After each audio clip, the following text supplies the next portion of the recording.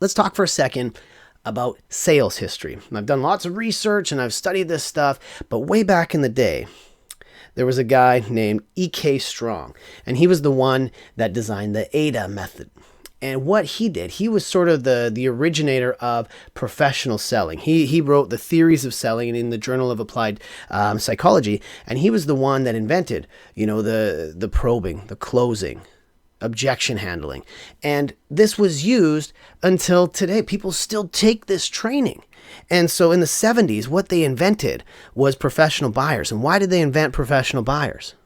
Simply to stop the salespeople from trying to influence decisions in organizations. They invented a role to create the divide between selling and buying, simply because salespeople were being manipulative. And this is the thing that's still prevalent in organizations today, is this divide. And you know it, and I know it. We feel this difference between sellers and buyers. And so this is what we want to break down, right? Then around 1988, I love a book, and I've got lots of videos on this, Spin Selling, by a guy named Neil Rackham.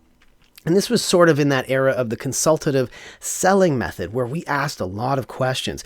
And there's all these studies in the Spin Selling book. They did 35,000 sales calls where they reviewed the kinds of questions you can ask and how to influence decision makers. And we're going to review some of that stuff when we get into the questions and insight power section. But it's more important that we understand the difference between diagnosing and understanding, because the consultative era of selling is over, but you still need to know how to ask really good questions.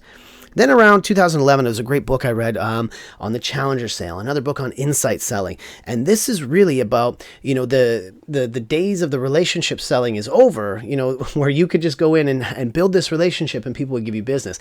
No longer can you just start with the relationship. The relationships are important, but you have to earn the relationship as the result of you giving great service, demonstrating value, providing insights, not just information. So you'll earn the relationship by the work that you do, not the other way around. Now, where are we going with sales? What's really going to happen over the next decade, next 20, 30, 50 years, 100 years?